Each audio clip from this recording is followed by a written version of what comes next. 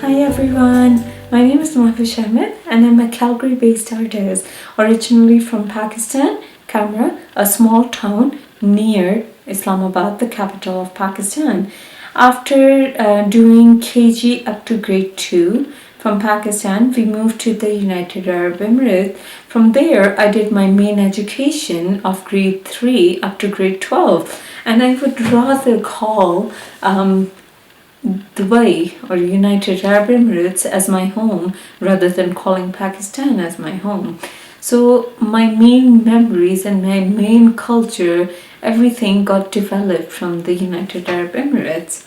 And after grade 12, we got the immigration. So it came as a shock to all my family, especially me, because I had to either make the decision of studying from the United Arab Emirates or studying from Canada. And obviously, I rather chose the latter, and I did choose the latter. And coming to Calgary was kind of a journey itself. Which reminds me, one might ask, what was she doing after finishing high school up to the immigration period and after coming to Canada itself? In that time of the gap from 2012 to 2013, I kind of took a gap year. In that gap year, I wanted to work. And as per the work, my dad always used to say that you'd rather work as a volunteer than working for pay. So that was kind of a mantra that I also had in my mind. So I started looking around for volunteer work or with paid work, because I was like, why not have cash on my hand as well? I finally got a volunteer job at my own school where I studied from. So I worked there as a volunteer assistant teacher, and I was assisting kids with ADHD, ADD, anything that they were slow in. So I used to teach them the same material they were covering in class, but we used to go at a slower pace, or we used to take a longer amount of time to cover the same thing. And they kind of really understood what I was saying. So I would say my passion of teaching came from there, or of understanding cultures, because I was teaching Pakistani kids, I was teaching Arab kids, I was also teaching a few of the English kids. So it was 3 cultures altogether was what I was teaching. And then it was quite a journey for me. Then after doing that, in 2013, we moved to Canada. And in Canada itself, one might ask, why Calgary? Why not anywhere else? So it's quite a funny story.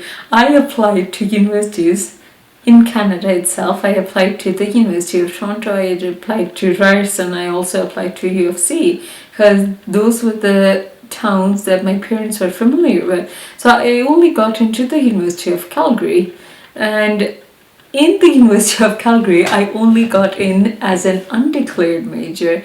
And an undeclared major has vast opportunities of being able to express themselves or being able to understand where they were going. So for me, I think undeclared major did the charm. So I took a few of the art classes at the University of Calgary. I took a few engineering classes. I also took a few business classes. And obviously, with business and engineering, I was a flop. But with art itself, it was kind of my interest. And art itself is a thing which is, I have a very rich background in art. My dad's family is very artistic. My grandma was an artist, not a very well-known, but a practicing artist. I mean, she would draw on her own time. and my dad's aunt was an artist as well. So I guess coming from that background, or having my dad's cousins being artists whom are pretty well diverse, and I would say they're way better than I am, because I always like to stay grounded. So I guess art for me kind of became a major thing, and thankfully my parents never discouraged me from doing art. They were like, rather take it as a meditation, take it as a hobby, and at the same time take it as a proper education. Never undermine yourself while doing art. And I guess that was the main point that kind of touched me. So in my first and second year, I took a few drawing classes, I took a few printmaking classes, a few sculpture classes, 2D, 3D. So 2D, 3D sculptures and printmaking really touched me, especially printmaking. I don't know what it is about printmaking. Printmaking itself, the rubbing on the plate, the cleaning of the plate, the printing, the layering for silk screening, or even for printmaking, because I mostly like to kind of work in layers. I mostly like put my plates into acid, and I like wait for it. I print it out, and then I check what the impurities are or what the mistakes are till the point of my own perfection.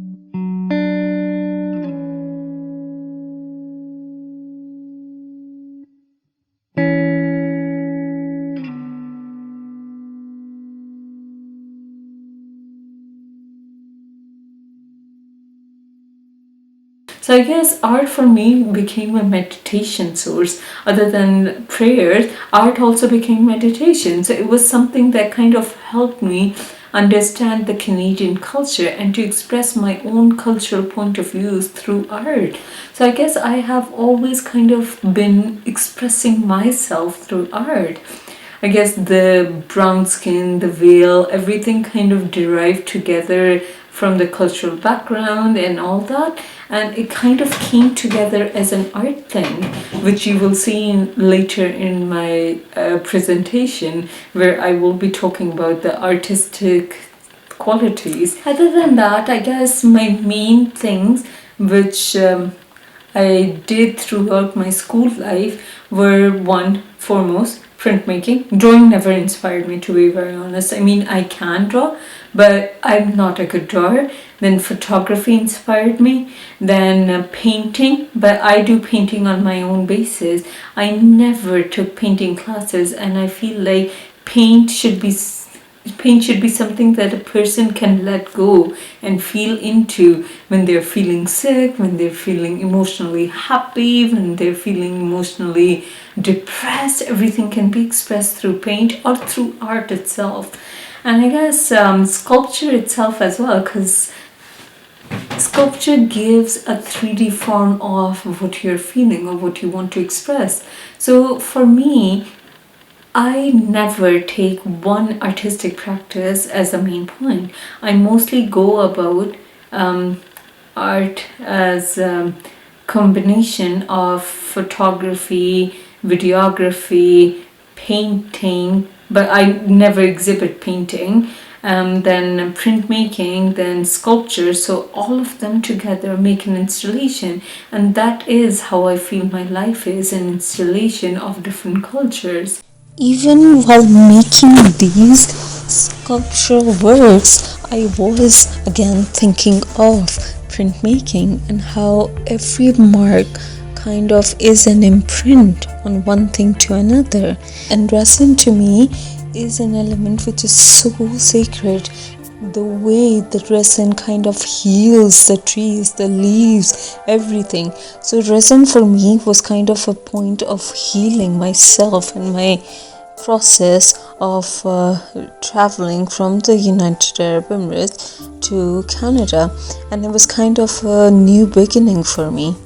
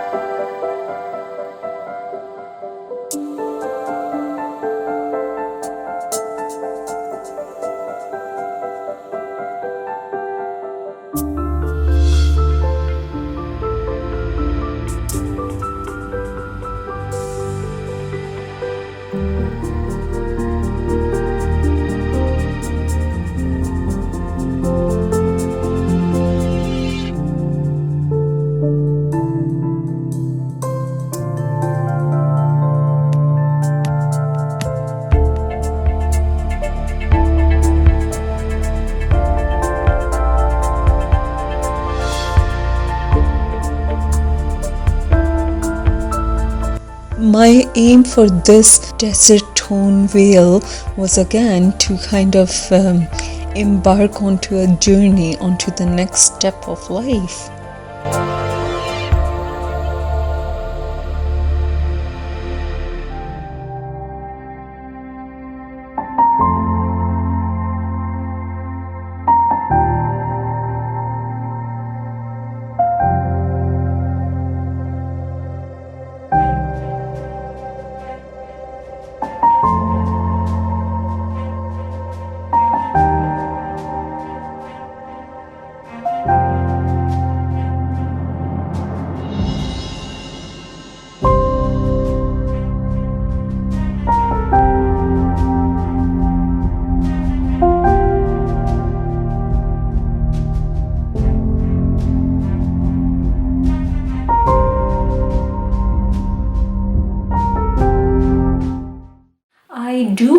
to be able to exhibit more over the next few years.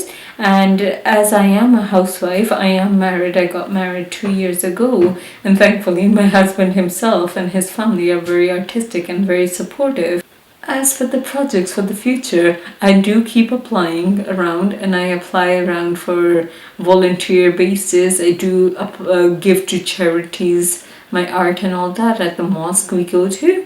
And then I also have made my major work of my recent exhibition at the Contemporary Calgary through the Alberta Printmakers, whom I'm super thankful for, and especially the staff at the Alberta Printmakers, whom were always there to help me figure out the different medium. Because at the University of Calgary, I used to work as an oil-based printmaker. So at the Alberta Printmakers, they became clean and they became, water-based. They started using water-based printmaking techniques because they're being as safe as they could possibly be for the environment through their printmaking techniques as well. So I was very grateful for the water-based inks, but it was kind of very difficult to kind of like move from oil-based to water-based because it's like differences of mediums. So I guess I would, if I could, still go back to oil-based, but water-based for the win. I mean, whatever prints I've done with water-based inks, they were good. But my favorite technique of art would still be etching. Etching is where you can like draw the lines on a plate or just feel the feeling. Even through etching, I made my own wedding card, which you guys will be seeing later on.